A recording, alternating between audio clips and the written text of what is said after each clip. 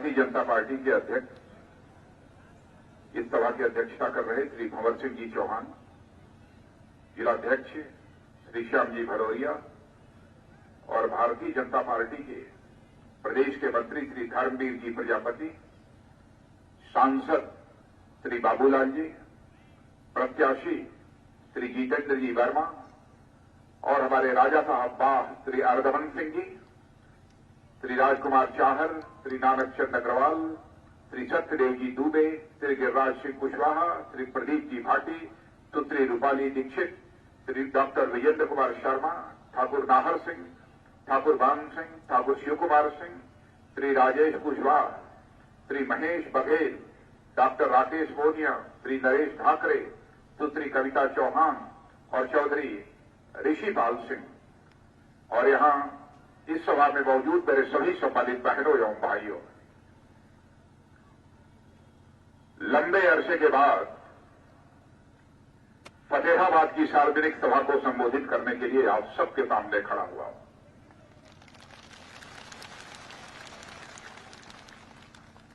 आप सब लोगों ने फूलों की हार पहनाकर स्वागत किया है, तालियां बजाकर आपने स्वागत किया है। सब तो सब मेरे सिर पर इस क्षेत्र की आन बान शान की पहचान या पगड़ी भी पहनाकर आपने स्वागत किया है।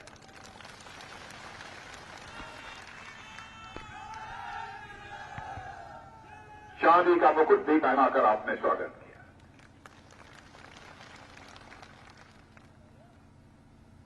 मैं सब कुछ स्वीकार करता हूं,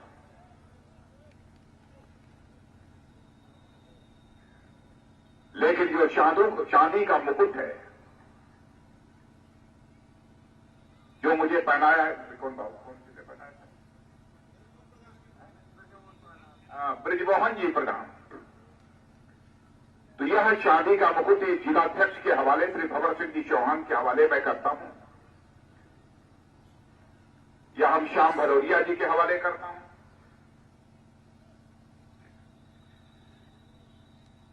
और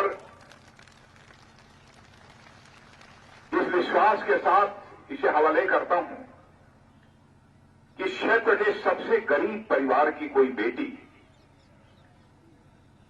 शादी होने के बाद यदि घर से विदा हो रही हो और उसके पांवों में चांदी की भी पायल न हो, तो यह मुकुट तोड़कर उसके पांवों की चांदी की पायल बनवा दी जानी चाहिए, इसलिए मैं हवाले करता हूं। और साथ ही साथ हम सभी भारत के नागरिक हैं, भारतीय परंपराओं में यकीन करने वाले हम सब सारे लोग हैं। भारत की परंपरा में ही हम पले हैं, पढ़े हैं। तो आपने स्वागत किया, मैं भी अपनी तरफ से उसी भारतीय परंपरा को ध्यान में रखते हुए शीश झुकाकर आप सभी का हार्दिक अभिनंदन करता हूं, आप सभी का मैं स्वागत करता हूं। मेरे बहनों भाइयों, आप जानते हैं उत्तर प्रदेश यह हिंदुस्तान का सबसे बड़ा राज्य है और उत्तर प्रदेश की राजनीति भारत के राजनीति की दशा और दिशा दोनों को प्रभावित करने का काम करती है। आपने देखा कि 2014 का जो लोकसभा का चुनाव था, उस चुनाव में जो आपने करिश्माई काम किया है, क्या आपने भारतीय जनता पार्टी की झोली इस उत्तर प्रदेश में कमल के फूल से लबालब भर देने का काम किया है, जिसके परिणाम स्वरूप देश में स्पष्ट बहुमत के साथ भारतीय जनता पार्टी की सरकार बनी है। आप लोगों ने यदि समर्थन, यानी उत्तर प्रदेश की जनता ने समर्थन न दिया होता, इतनी लोकसभा सीटों पर भारतीय जनता पार्टी को जीत हासिल न हुई होती, तो केंद्र में पूरे बहुमत के साथ भारतीय जनता पार्टी की सरकार नहीं बन सकती। आजाद भारत के इतिहास को उठाकर आप देखें तो आजाद भारत के इतिहास में कभी भी किसी गैर कांग्रेस राजनीतिक पार्टी को भारत की संसद में स्पष्ट बहुमत नहीं मिला है। पहली बार यदि मिला है तो 2014 में मिला है और उत्तर प्रदेश की जनता के कारण मिला है। इसलिए मैं अपनी तरफ से आप सबके प्रति आभार व्यक्त करता हूं। सरकार बन गई है, 2.5 वर्षों का समय भी गुजर चुका है।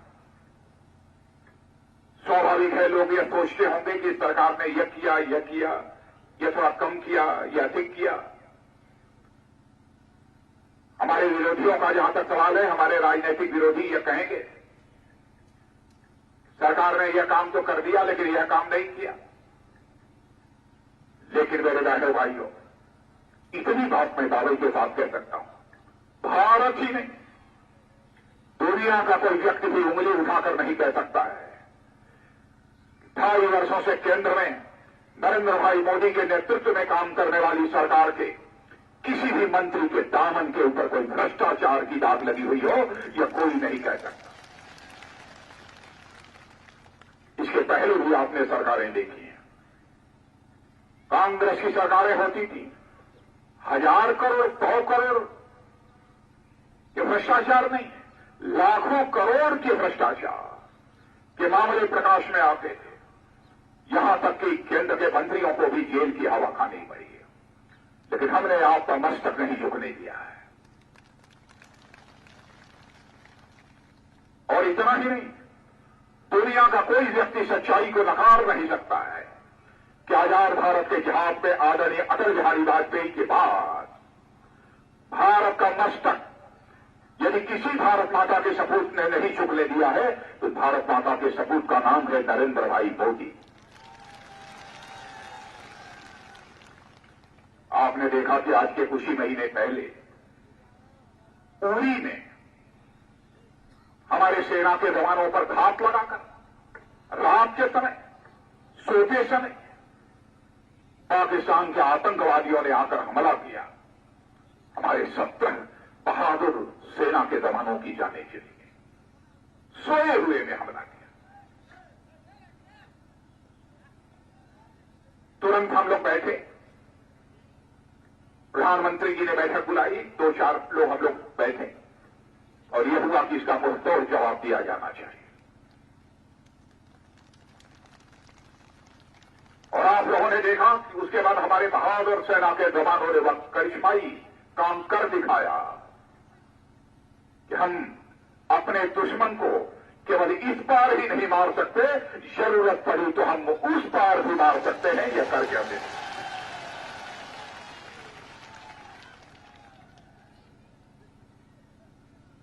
सारी दुनिया को हमने संदेश दे दिया कि हम किसी को छेड़ेंगे नहीं, लेकिन जो हमें छेड़ेगा उसे हम छोड़ेंगे भी नहीं। ये सारे दुनिया को हमने संदेश दिया। वैसे ही आपके आज के 4 महीने पहले आपने अखबारों में भी पढ़ा होगा और साथ ही साथ टेलीविजन के पर्दे पर भी आपने देखा होगा, पाकिस्तान में दुनिया के कई देशों का एक सम्मेलन था, सार्क सम्मेलन। उसमें मुझे भी जाना था। मैंने कहा मैं नहीं जाऊंगा,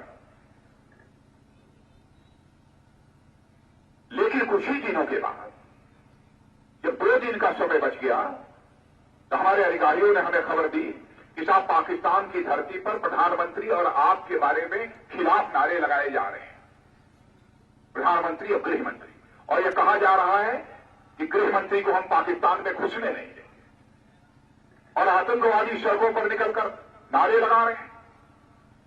तब बहनों भाइयों, मैंने फैसला किया कि मैं जाने वाला तो नहीं था, लेकिन अब जरूर मैं पाकिस्तान की धरती पर जाऊंगा। और वहां मैं गया। जब वहां एयरपोर्ट पर मैं इस्लामाबाद में उतरा तो मिलिट्री के ऑफिसर्स आए और उन्होंने कहा कि सर, पहले तो आपको सड़क मार्ग से होटल जाना था जहां पर यह कार्यक्रम होना है, लेकिन सड़कों पर बहुत जुलूस निकले हुए हैं, कई स्थानों पर प्रदर्शन हो रहे हैं, थोड़ी कठिनाई होगी, इसलिए हम लोगों ने हेलीकॉप्टर की व्यवस्था की है, हेलीकॉप्टर से ही आपको हम होटल में ले जाएंगे। पहले भाइयों, चूंकि मैं मेहमान था, इच्छा तो हुई कि मैं कह दूं कि नहीं, मैं सड़क मार्ग से ही चलूंगा, लेकिन बेईमान था। जैसी व्यवस्था वहां की सरकार ने की थी उस अनुसार ही मुझे जाना था, मजबूरी थी हमारी। मैं पहुंचा, होटल के आधे किलोमीटर दूर यह हेलीकॉप्टर उतरा और जब वहां से मैं होटल की तरफ बढ़ा तो बीच में वही नारेबाजी मेरे नाम को लेकर, मुर्दाबाद मुर्दाबाद, वापस जाओ वापस जाओ। 4 स्थानों पर, आधे किलोमीटर में 4 स्थानों पर यह विरोध हुआ। लेकिन मैंने भी ठान लिया है कि यदि आया हूं पाकिस्तान की धरती पर तो पाकिस्तान की धरती पर, धरती की छाती पर खड़े होकर इस पाकिस्तान को बेनकाब करके मैं जाऊंगा। और बहनों भाइयों, मैंने कहा तुम आतंकवाद को बढ़ावा देते हो, तुम आतंकवाद को बढ़ावा देते हो, यह सिलसिला बंद होना चाहिए। दुनिया के देशों के सामने मैंने कहा ये आतंकवादी है, ये आतंकवाद को बढ़ावा देने का काम करते। लेकिन भारत की नीति पहले से ही रही है कि हम पड़ोसी देशों के साथ अपने रिश्ते अच्छे बनाकर रखना चाहते हैं।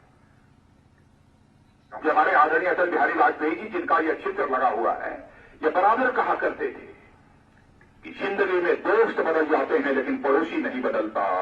इसको ध्यान रखना। हम तो चाहते हैं कि हमारा पड़ोसी सुधरे, भारत को अस्थिर करने की, भारत को तोड़ने की वह कोशिश न करे, लेकिन अपनी हरकतों से बाज नहीं आता। और 2 घटनाओं का जिक्र मैंने इसलिए किया मेरे बहनों भाइयों, समस्त देशवासियों को यह यकीन दिलाने के लिए, चाहे जो कुछ भी हो जाए, चाहे हमें जो भी खामियाजा भुगतना पड़े, हम अपने देशवासियों का मस्तक किसी भी सूरत में झुकने नहीं देंगे। यह यकीन दिलाने के लिए आपको मैंने 2 घटनाओं की याद दिलाई। अब कहते क्या है, यहां की समाजवादी पार्टी की सरकार के मुखिया ये कहते हैं मोदी जी यह बताएं कि अच्छे दिन कहां है। अब उन्हें दिखाई ही नहीं दे रही। लेकिन मैं उन्हें बता देना चाहता हूं, उत्तर प्रदेश में अच्छे दिन होंगे तो हो सकता है कि आप लोगों के घर में होंगे जो उत्तर प्रदेश में सत्ता में बैठे हैं। अच्छे दिन आ रहे हैं।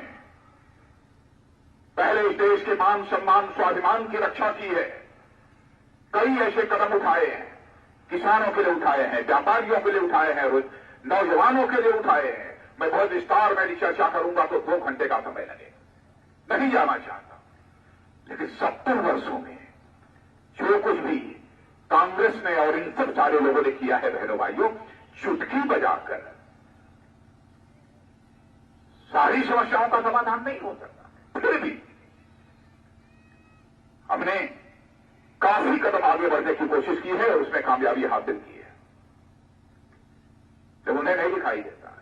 और मैं तो यह कहना चाहता हूं समाजवादी पार्टी के मुखिया से, इसलिए आपको अच्छे दिन नहीं दिखाई दे रहे हैं कि आप लोग, आपकी सरकार यहां रहने के कारण यहां ग्रहण लग गया है, इसलिए आपको दिखाई नहीं दे रहा।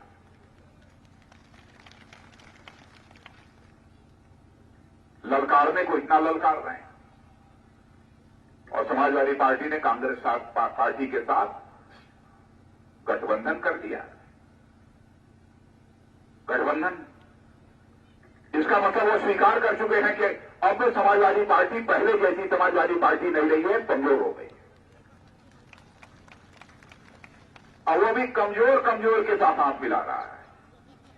अरे भाई, बैसाखी लगानी है तो मजबूत बैसाखी लगाओ, कमजोर बैसाखी लगाने से काम नहीं चलेगा।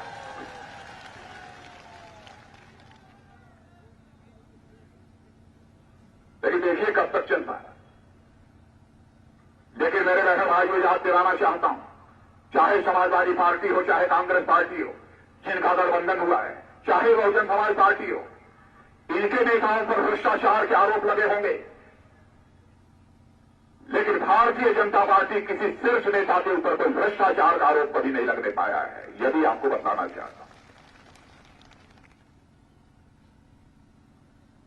और कहते क्या है कि भाई इसलिए हमको थोड़ा सा अपने पिताजी क्या करनी पड़ी, तो हमको चाचा काम नहीं करने दे रहे थे, भतीजा काम नहीं करने दे रहा था, लोग हमको काम नहीं करने दे रहे थे, इसलिए हमने ऐसा किया। क्या तमाशा है, आपने किया भी कुछ नहीं और जनता की आंखों में धूल झोंक रहे हैं। हमको चाचा काम नहीं करने दे रहे, भतीजा काम नहीं करने दे रहे, यानी चित्त भी आपकी, अब पट भी आपकी, अब उलट तेरे बाप का। क्या समाचार है?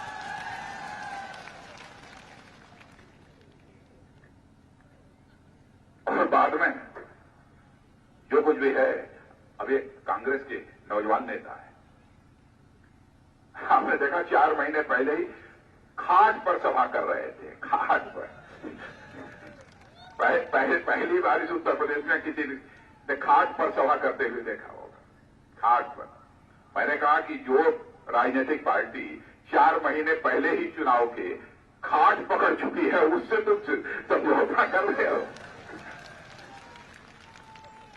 अरे उसकी खाट तो बहुत पहले ही खड़ी हो गई। ये हालत है इन लोगों की।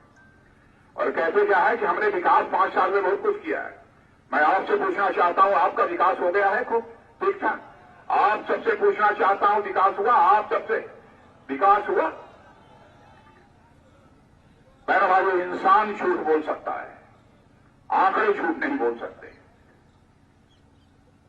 मैं आंकड़ों के आधार पर, हमारे आंकड़े नहीं हैं, हिंदुस्तान की मानी जानी एजेंसियों के आंकड़े, कि जो इस राज्य की सकल घरेलू उत्पादन सरकार बनने के बाद लगभग 5.6% थी, वह 5 वर्षों तक सपाटी सरकार रहने के बाद घटकर 3.6% रह गई है। यह विकास हो रहा है। कृषि विकास दर जब सरकार बनी थी तो लगभग 3% के आसपास था, अब वह घटकर 1.8% रह गया। यह विकास यहां पर हो रहा है। फिर भी ये कहते हैं कि विकास कर रहे हैं, विकास कर रहे हैं। और लड़ाई झगड़े को, जो परिवार में लड़ाई झगड़ा हुआ, उसे बहाना बतला रहे हैं कि भाई हम जो नहीं कर पाए क्योंकि परिवार में कुछ ऐसा था, इस कारण हम नहीं कर पाए। और मुलायम सिंह जी कहते हैं, जिस मुलायम सिंह जी ने समाजवादी पार्टी खड़ी की बराबर कांग्रेस का विरोध करते हुए, सारे मुलायम सिंह जी की जीवन की गाढ़ी कमाई को इन्होंने बिल्कुल पानी में डाल दिया। गठबंधन किया, उस समय भी मुलायम सिंह जी ने विरोध किया। जिस पार्टी का हमने सदैव विरोध किया, जिस पार्टी ने हिंदुस्तान को लूटा है, उसके साथ हमारे बेटे ने गठबंधन किया है। मैं प्रचार करने नहीं जाऊंगा। अब वो क्या करेंगे मैं नहीं जानता हूं। हालात ये हो गए हैं बहनों भाइयों कि समाजवादी पार्टी ने तो कांग्रेस के साथ गठबंधन करके अपनी आत्महत्या कर ली।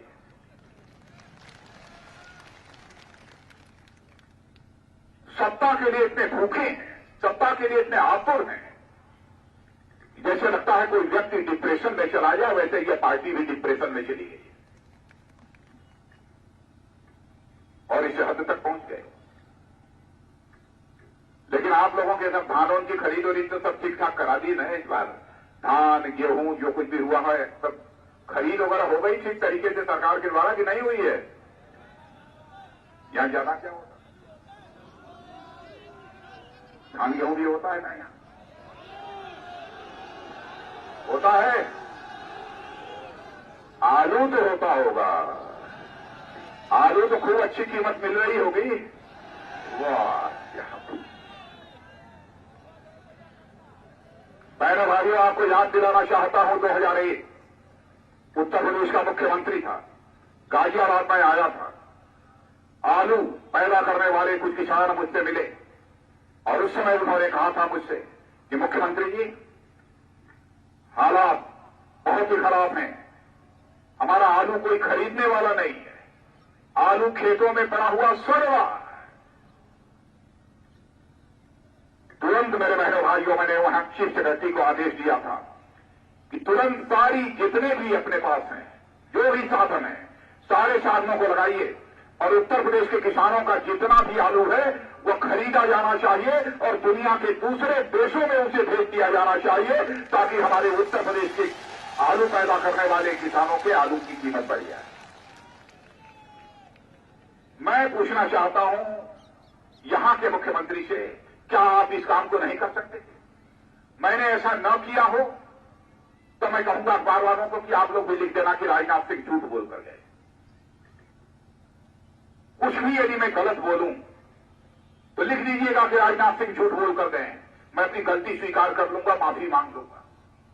और यह बात बहनों भाइयों मैं इसलिए कह रहा हूं कि जिंदगी में भी हमने राजनीति की है तो जनता की आंखों में धूल झोंक कर राजनीति नहीं की है, जनता की आंखों में आंख डालकर राजनीति की है। इसलिए मैं यह बात कह रहा हूं।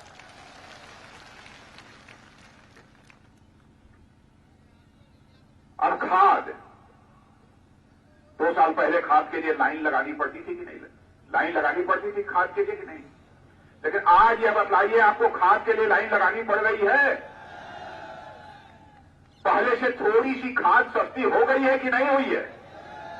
इसे कहते हैं सरकार। यह है केंद्र की सरकार, भाजपा की सरकार। और कहते क्या है, जो नोटबंदी का फैसला हम लोगों ने लागू किया, कहते हैं कि नोटबंदी का फैसला लागू करके इस भारतीय जनता पार्टी की सरकार ने सारे देश को लाइन में खड़ा कर दिया। बहनों भाइयों, यदि लाइन में खड़ा किया होगा तो हो सकता है कुछ दिनों के लिए जनता खड़ी हो गई लाइन में, लेकिन आपने तो राशन की दुकानों पर लोगों को लाइन के लिए खड़ा कर दिया, कि राशन तेल के लिए लाइन पर खड़ा कर दिया, पेट्रोल पंप डीजल पंप पर लाइन में खड़ा कर दिया, गैस सिलेंडर के लिए लाइन में खड़ा कर दिया। आपने तो कई बार लोगों को खड़ा किया। लेकिन जो भी नोटबंदी का फैसला हमारे प्रधानमंत्री ने किया है, बहनों भाइयों, राजनीतिक लाभ के लिए फैसला नहीं किया है, यह फैसला किया है तो देश को बनाने के लिए फैसला किया है। और मैं शीश झुकाकर आपके प्रति आभार व्यक्त करना चाहता हूं कि आप लोगों ने कुछ समय तकलीफ उठाई है, लेकिन सरकार के ऊपर आपने उंगली नहीं उठाई है, हमारी नीयत पर सवालिया निशान नहीं खड़ा किया। चर्चा तो बहुत होती थी, काला धन समाप्त होना चाहिए, काले धन की समानांतर अर्थव्यवस्था समाप्त होनी चाहिए।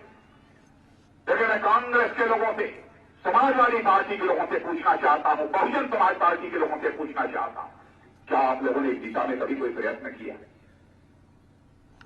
पहली बार आजाद भारत के इतिहास में काले धन की समानांतर अर्थव्यवस्था को समाप्त करने की पहल किसी सरकार ने की है तो बहनों भाइयों, हम लोगों की सरकार ने की। अमीर और गरीब के बीच की खाई बढ़ती चली जा रही थी, गरीब गरीब होता चला जा रहा था। हम लोगों ने तय किया कि समाप्त होना चाहिए। जब तक हिंदुस्तान का हर इंसान, हर नागरिक अपने पैरों पर नहीं खड़ा होगा, तब तक किसी हिंदुस्तान को जैसा बलवान हिंदुस्तान हम बनाना चाहते हैं, हम नहीं बना पाएंगे। और आपको यह पूछेगा, मैं विरोधियों को बतला, राजनीतिक विरोधियों को बतलाना चाहता हूं, जहां तक नोटबंदी के फैसले का सवाल है, देख लेना, आपके 55-60 वर्षों तक कांग्रेस ने हुकूमत की है। आज भी हमारा भारत 122 करोड़ की जनसंख्या का भारत, जिसके पास न जन संसाधन की कमी है, न प्राकृतिक संसाधनों की कमी है।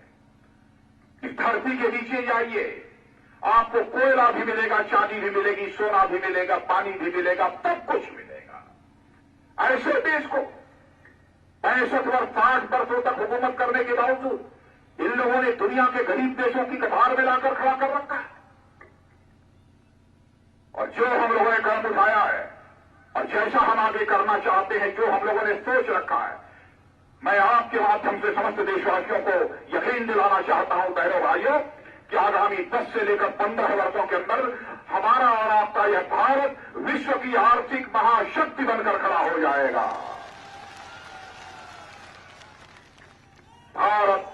भारत भिखारी भिखारी नहीं रह जाएगा।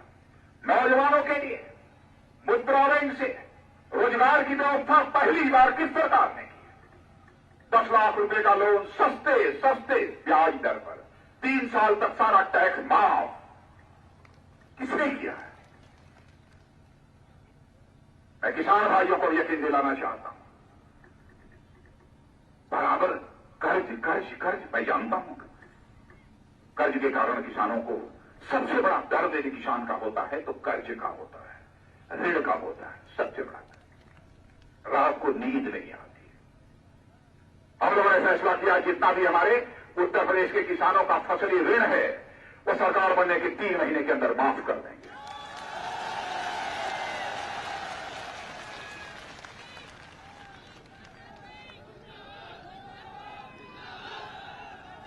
इतना ही नहीं, इतना ही नहीं, इतना ही नहीं, इतना ही नहीं, आदरणीय अटल बिहारी वाजपेयी जी की सरकार में कृषि मंत्री रहते हुए जो मैंने काम किया है, भारत के इतिहास में पहली बार कृषि ऋण पर ब्याज दर कम करने का सिलसिला प्रारंभ किया था। बहनों भाइयों, आदरणीय अटल जी के आशीर्वाद से कृषि मंत्री रहते हुए मैंने प्रारंभ किया था। 14 से लेकर 18% का ब्याज लगता था। अटल जी को मैंने कहा, उन्होंने कहा जाओ राजनाथ सिंह, आशीर्वाद है, जो करना हो करो। पहली बार 14 से 18% जो आपके कर्ज पर ब्याज लगता था, उसको मैंने 8, 8.5% कराया था। और उसके बाद 2006 में जब मैं राष्ट्रीय अध्यक्ष पार्टी का बन गया, अपने सारे मुख्यमंत्रियों को मैंने कहा कि आप कम करिए, 2006 की बात कर रहा हूं, कम करिए ब्याज किसानों के कर्ज पर, और जो आपको देना हो बैंक को दे दीजिए, लेकिन किसानों पर मत लगाइए। 4% से अधिक का ब्याज नहीं होना चाहिए। लेकिन साथ ही साथ मैंने यही कहा था, पहले वर्ष में 4% ब्याज लीजिए, दूसरे वर्ष में 3% ब्याज लीजिए, तीसरे साल में केवल 2% ब्याज लीजिए, चौथे साल में केवल 1% ब्याज लीजिए, 5वें साल 0% उनसे ब्याज लीजिए। मध्य प्रदेश आपके बगल में है, पता लगा लीजिएगा। शिवराज सिंह जी चौहान के यहां भी मैं गया था, 15 लाख लोगों की रैली में यह घोषणा में लेकर आई। इसका पता लगा लीजिएगा, मिल रहा है वहां। तो आपसे भी कहना चाहता हूं कि आप भी जो फसली ऋण लेंगे, 1 साल तक 1 पैसा भी ब्याज नहीं लगेगा, 1 पैसा भी ब्याज नहीं लगेगा। लड़कियों की ग्रेजुएट तक की पढ़ाई मुफ्त, लड़कियों की ग्रेजुएट तक की पढ़ाई मुफ्त, लड़कों की कक्षा 12 तक की पढ़ाई मुफ्त।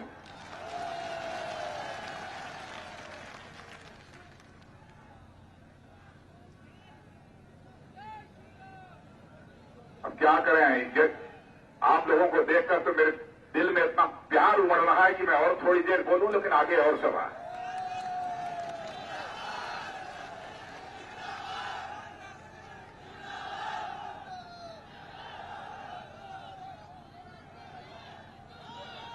तो नहीं, अब नहीं, आगे छूट जाएगी, हमारा उड़न खटोला नहीं उतरेगा।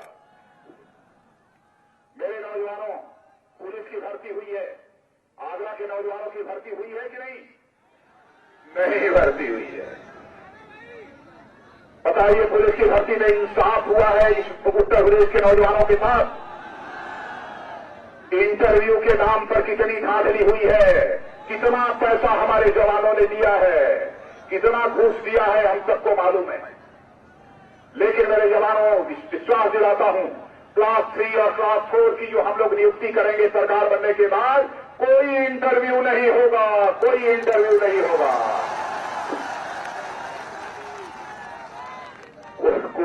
अब कोई नेता अधिकारी आपसे पैसा नहीं मांगेगा, तो वो इंटरव्यू में ही तो धांधली करते, तो सही है ना? अच्छा, ये बताइए, आप लोग अब तक कोई सर्टिफिकेट हो, मार्कशीट हो, जाति प्रमाण पत्र हो, आज आप जाते थे विधायकों के पास, सांसद के पास, अधिकारियों के पास जाते थे कि नहीं? अब हम लोगों ने तय किया है, यह नौजवान तो हमारे देश का ही नागरिक है, भारत का भाग्य विधाता है, हम इस पर क्यों यकीन करें? इसलिए प्रधानमंत्री ने फैसला किया, जहां जहां बड़ी सरकारें आती जाएंगी, हम ऐसा करेंगे कि अब उसे अधिकारियों और राजनेताओं के घर का दरवाजा नहीं खटखटाना होगा, बल्कि वह हमारा नौजवान अपनी सर्टिफिकेट पर, अपने मार्कशीट पर, अपने दूसरे जाति प्रमाण पत्र पर, आय प्रमाण पत्र पर स्वयं लिख देगा कि मैं इसे प्रमाणित करता हूं, नीचे दस्तखत बना देगा, वो प्रमाणित मान लिया जाए। लेकिन जब उसकी नियुक्ति हो जाएगी, तब अपना ओरिजिनल प्रमाण पत्र दिखाना होगा। नियुक्ति हो जाएगी तब, पहले दिखाना क्यों होगा? अधिकारियों नेताओं के दरवाजे नहीं जाना।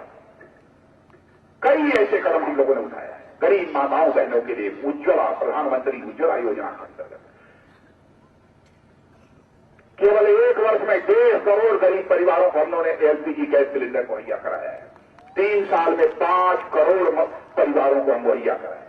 कई ऐसे कदम उठाए। इसलिए मैं आप सबसे अपील करना चाहता हूं, दिल्ली में तो सरकार बना दी है आप लोगों ने, कुर्ता पहना दिया है दिल्ली में सरकार बनाकर। मरेठा जी कहते थे भाई दिल्ली की सरकार बन गई है, कुर्ता तो आप लोगों ने पहना दिया, लेकिन अब राज्य की सरकार बनाकर पायजामा भी तो पहना है। तो जितेंद्र वर्मा को जिता देंगे ना? पक्का? वाह, जितेंद्र वर्मा का टेम्पो हाई है, हाई है। और आपसे मैं निवेदन करना चाहता हूं कि आगरा में जहां जहां पर भी भारतीय जनता पार्टी के प्रत्याशी लड़ रहे हैं, सारे भेदभावों को भुलाकर, जिनकी थोड़ी नाराजगी होगी उनसे भी मैं कहूंगा, सवाल इस देश का है, देश बनाने की दिशा में हम लोग कदम आगे बढ़ा रहे हैं। इसलिए इस राज्य में हमारी सरकार होनी चाहिए। कमल के फूल का बटन दबाइए बहनों भाइयों, और भारतीय जनता पार्टी की यहां सरकार बनाइए, यही अपील करते हुए और आप सबको धन्यवाद देते हुए अपना निवेदन समाप्त करता हूं।